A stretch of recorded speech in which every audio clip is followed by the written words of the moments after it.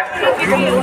এসো সকলে মিলে রথের রশি টানি আর শ্রী শ্রী জগন্নাথ দেবের কৃপা লাভ করে এত বড় মহতী অনুষ্ঠানটি সুষ্ঠুভাবে পরিচালনা করার জন্য জয়নগর পীরপাড়া রথযাত্রা কমিটির পক্ষ থেকে জয়নগর থানার সমস্ত আধিকারিকগণকে এবং জয়নগর বসিরপুর পৌরসভাকে বিশেষভাবে ধন্যবাদ জানাই।